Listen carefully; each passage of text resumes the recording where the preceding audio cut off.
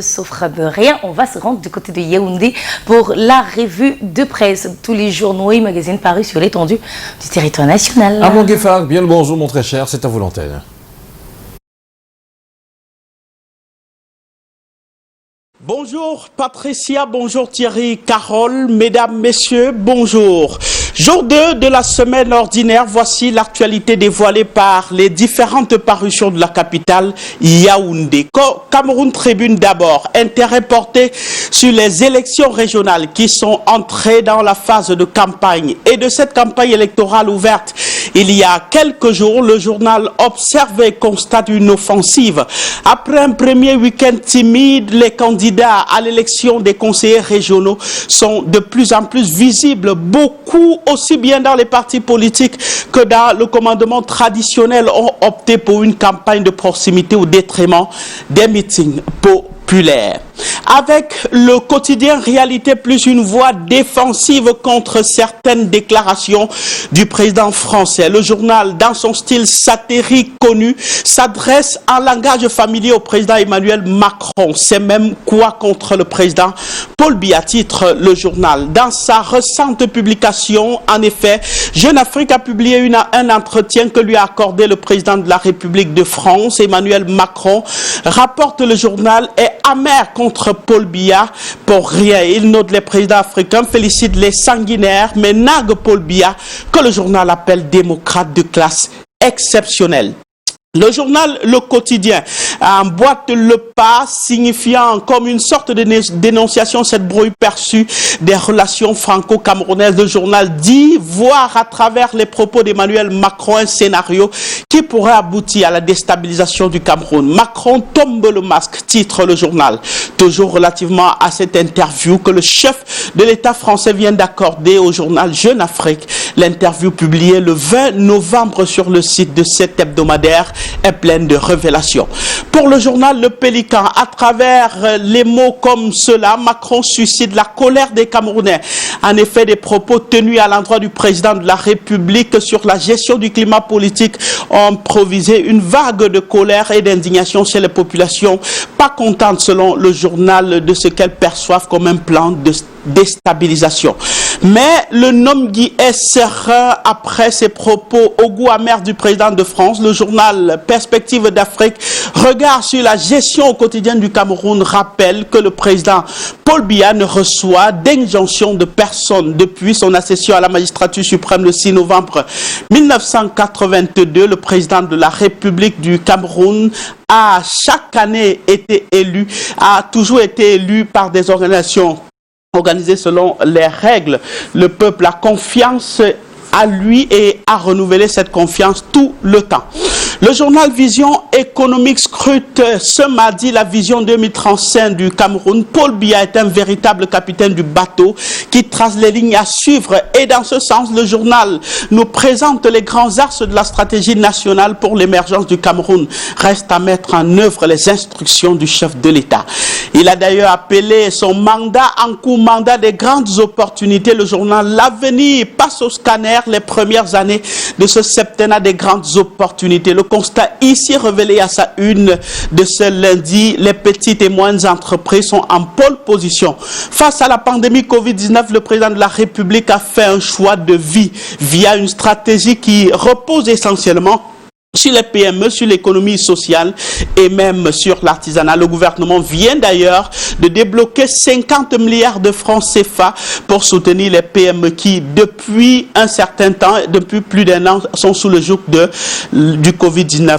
Département de la Menoire, région de l'Ouest, le Cameroun, le journal L'Équation nous ramène sur ces moments exceptionnels de remise et de rétrocession de l'hôpital district de Tchang dans la Menoire. Le journal parle de ce grand merci des populations. Le cercle, le CERAC, impulsé par la première dame, viennent de donner un peu d'oxygène à travers ce don de haute qualité de rétrocession et de remise en lieu et place de la première dame. C'est Grâce Diongouté, coordonnatrice générale du CERAC et représentante personnelle de la première dame, qui a donc remis ses dons.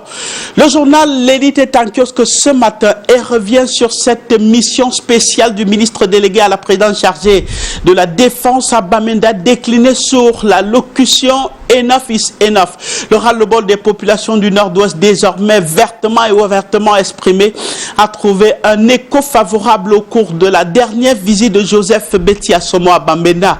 Front regain de vitalité de l'armée, l'opération Bamenda Clean est en bonne marche. Plus de détails dans les colonnes du journal L'Élite. Avec le quotidien La République Presse, intérêt sur la diplomatie camerounaise, le journal au sujet de la présentation récente de la lettre de créance écrit que Ono Mengele Désiré Jean-Claude a été adoubé par son excellence Obiangé Mabatsogo. C'était au cours d'une audience dont la symbolique conforte l'excellente relation qui lie le Cameroun et la Guinée équatoriale. Pas décisif de l'ambassadeur extraordinaire et plénipotentiaire du Cameroun auprès du gouvernement de Malabo vers sa prestigieuse fonction. Faisons focus sur les hydrocarbures avec le journal Expression économique. Annonce de ce mardi, 120 000 tonnes de gaz domestique vont être importées en 2021. L'information découle de l'appel d'offres relatif qui vient d'être lancé par la commission ad hoc chargée des importations des produits pétroliers. Le dit appel d'offres, écrit le journal, a été lancé le 23 novembre dernier. Tous les détails en page 3 du journal Expression économique. Le journal Le Courrier, ce mardi, est en kiosque, son intérêt porté sur le terminal à conteneurs de Douala. Le journal nous informe qu'on s'achemine vers une autre condamnation du port autonome de Douala par la justice internationale. Le recours en appel annoncé par l'entreprise abritant la place portuaire pourrait aboutir à une déconvenue judiciaire. Des éléments nouveaux dans le dossier. Plein de rebondissements manquent. Ali en page 4 du journal. Avec l'hebdomadaire La Voix du Centre, le plan jeune, le plan spécial jeune, le ministre de la Jeunesse et de l'Éducation civique était à Hawaï pour l'apothéose. Mounouna Focho a achevé mercredi dernier.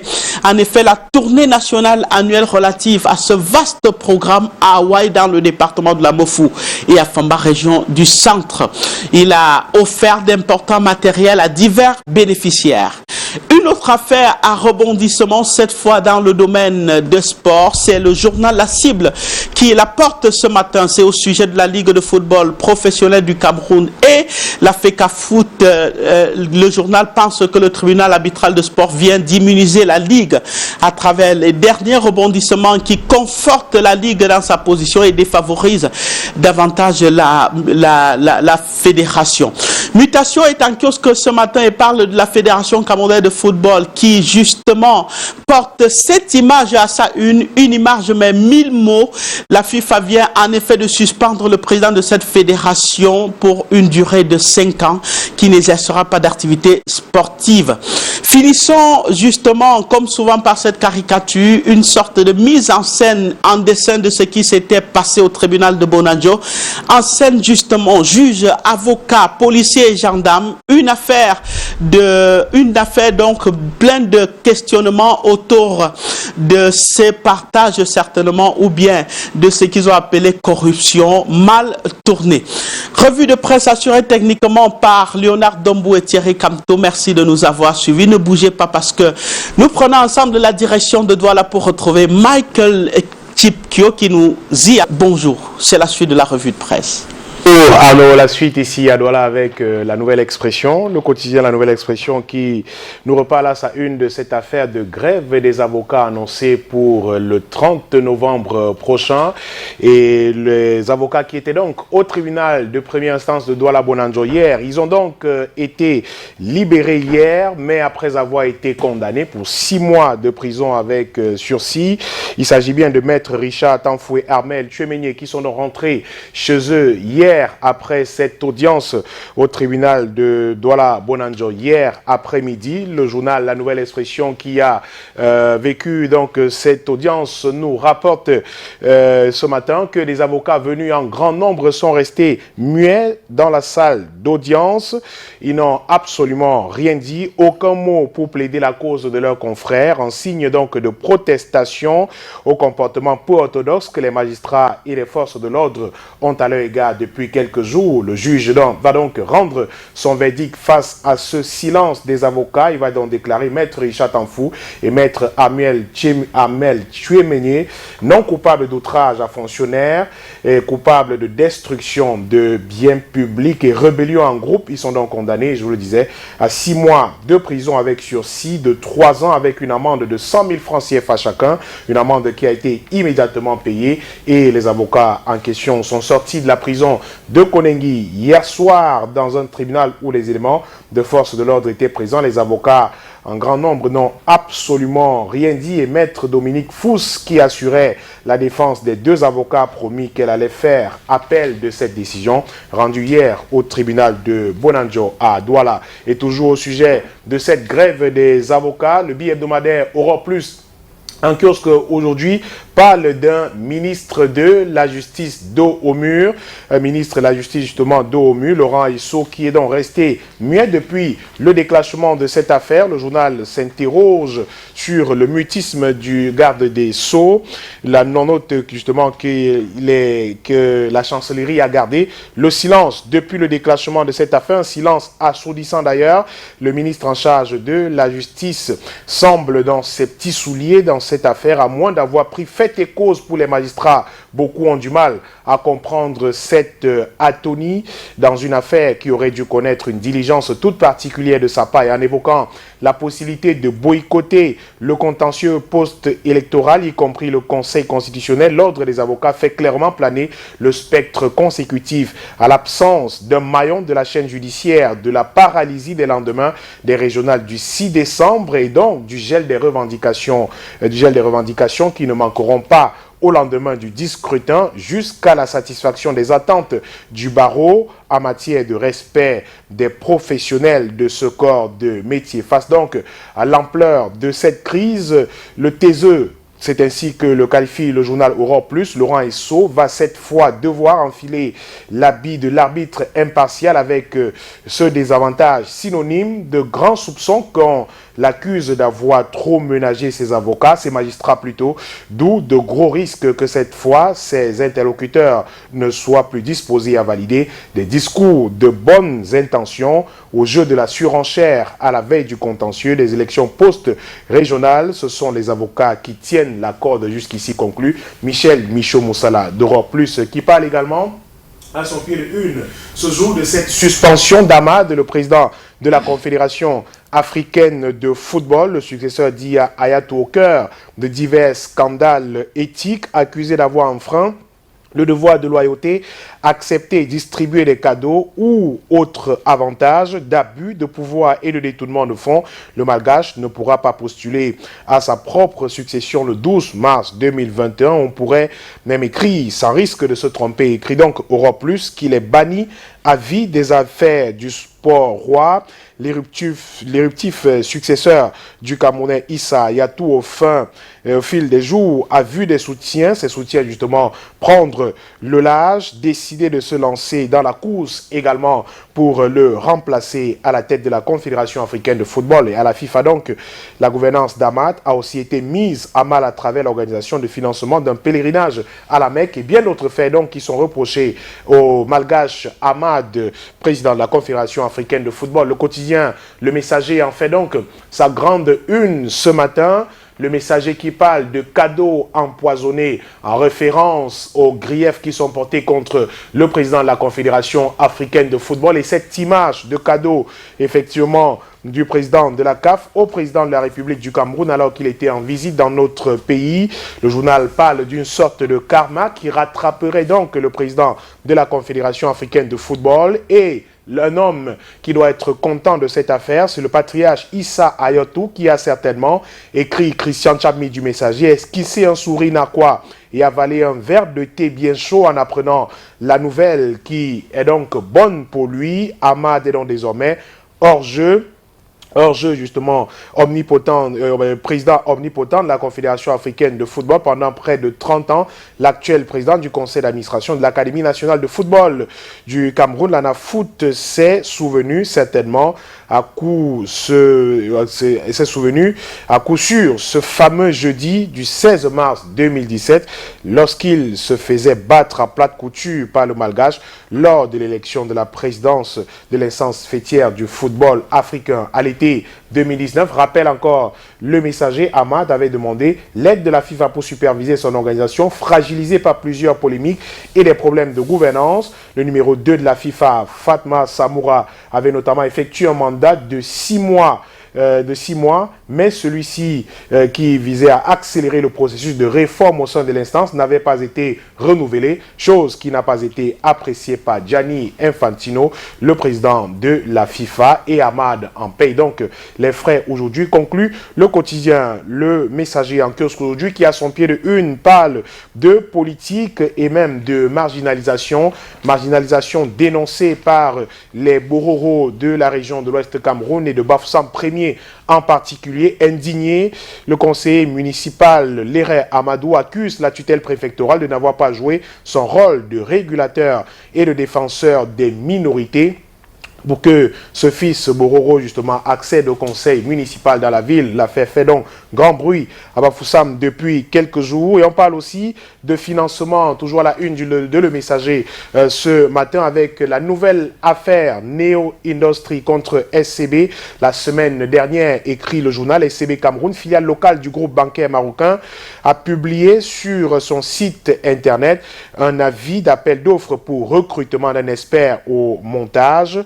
Et donc la prestation en printemps vise à démonter une usine à Kekem, localité située dans la région de l'Ouest Cameroun. À la lecture de cette offre de service assez particulière et pour laquelle les soumissions sont attendues jusqu'au 27 novembre, les observateurs de la scène économique camerounaise ont vite compris que l'usine concernée est celle de la société Neo Industry et les sources internes à la SCB, écrit Le Messager. Le remboursement de ce crédit fait aujourd'hui l'objet d'impayés. Neo Industry a du mal à honorer ses engagements vis-à-vis de la banque en relief. L'on est donc fondé de se poser la question de savoir, écrit Le Messager, comment une banque peut en arriver au bout de 2 années seulement à vouloir démonter une usine pour laquelle elle a acquiescé un crédit sur une durée d'au moins 7 ans. La question donc posée par le quotidien Le Messager en kiosque aujourd'hui. Et le Financier d'Afrique en parle également à sa une de cette affaire, bien sûr, et apporte des éclairages dans cette affaire de Neo Industry. Le journal est donc allé tenter de comprendre ce qui se passait exactement en contactant l'entreprise Neo Industry, qui n'a pas souhaité s'étendre sur la question et demande d'ailleurs formellement être en situation de banqueroute, comme lancent certains. La SCB, qui a émis ce communiqué, est mieux indiqué pour éclairer sur la question, lance donc un responsable de Neo Industry qui a gardé l'anonymat. Et de leur côté, du côté de Neo Industry, les activités se poursuivent sereinement. Nous n'avons pas été cités dans aucune affaire et la campagne cacaoyère bat son plein sereinement. Eh bien, Neo Industry rassure que le travail se poursuit sereinement au sein de son entreprise.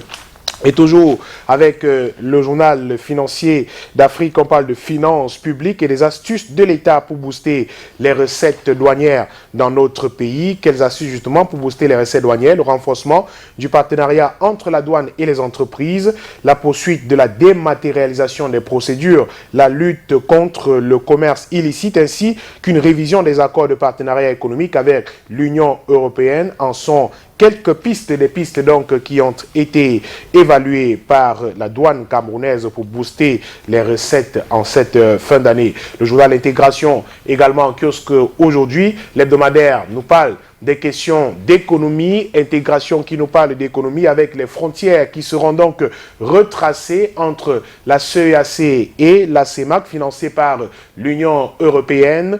L'hebdomadaire Intégration en kiosque ce jour, financé par l'Union européenne et l'Allemagne. Le projet pilote va dépoussiérer et repréciser les démarcations de frontières coloniales usées par le temps et à la lumière des récentes tensions entre le Cameroun et la Guinée équatoriale et dans la perspective de la ZLECAf, les pays de la région doivent transformer les zones frontalières en carrefour de brassage des peuples, écrit Intégration en kiosque ce jour, qui est allé capter la colère des chefs traditionnels à l'approche de la tenue des élections régionales au Cameroun. Paru dans le quotidien Cameroun Tribune, un article montre des chefs traditionnels manquant d'argent pour financer leur campagne électorale sur le terrain. Ces chefs traditionnels sont donc en colère, écrit l'hebdomadaire Intégration en kiosque ce jour. Le code électoral n'a prévu aucun financement de cette campagne électorale et dans un tel contexte, les approches en termes de stratégie ont libre cours dans les cours royales. Ici et là, on s'engage dans un choix plus résilient pour battre efficacement en campagne sur le terrain, mais la colère reste perceptible, écrit Intégration en kiosque ce jour. Le satellite qui parle aussi de ces élections régionales à venir dans notre pays et la colère de certains militants de la base du Rassemblement démocratique du peuple camerounais, eux qui exigent un congrès au sein de cette formation politique. Ils mettent à l'index les violations des circulaires et textes du parti à l'occasion des élections régionales. Quand le mauvais exemple des indisciplinés tend à faire jurisprudence, justement, les corrompus ont cerné le parti de Paul Biya. Le secrétaire général de cette formation politique est donc interpellé, écrit le journal Le Satellite en kiosque ce jour. De l'économie encore avec Vision économique en kiosque aujourd'hui qui parle des grands axes de la stratégie nationale pour l'émergence du Cameroun. C'est avec le journal Vision économique qui scrute donc ces grands axes portés par le président de la République après le document de stratégie pour la croissance et l'emploi. C'est donc la stratégie nationale qui est mise en œuvre pour booster l'économie camerounaise. Le document présenté le 16 novembre dernier à Yaoundé au cours d'une cérémonie présidée par le ministre de l'économie, de la planification et de l'aménagement du territoire fait suite au document de stratégie pour la croissance et l'emploi arrivé à son terme en décembre 2019. Le journal nous donne quelques extraits de ce document pour comprendre précisément ces grands axes de la stratégie nationale pour l'émergence du Cameroun en 2035. Et on termine avec Performance. Performance qui est un hebdomadaire bilingue de l'économie qui nous parle également des questions d'économie avec ses projets intégrateurs de la communauté économique et monétaire de l'Afrique centrale avec plus de 2 milliards de francs CFA mobilisés à Paris sur les 11 projets. Le Cameroun s'en tire avec 7 des projets intégrateurs de la CEMA qui font l'objet d'une campagne en ce moment à travers les pays de la sous-région.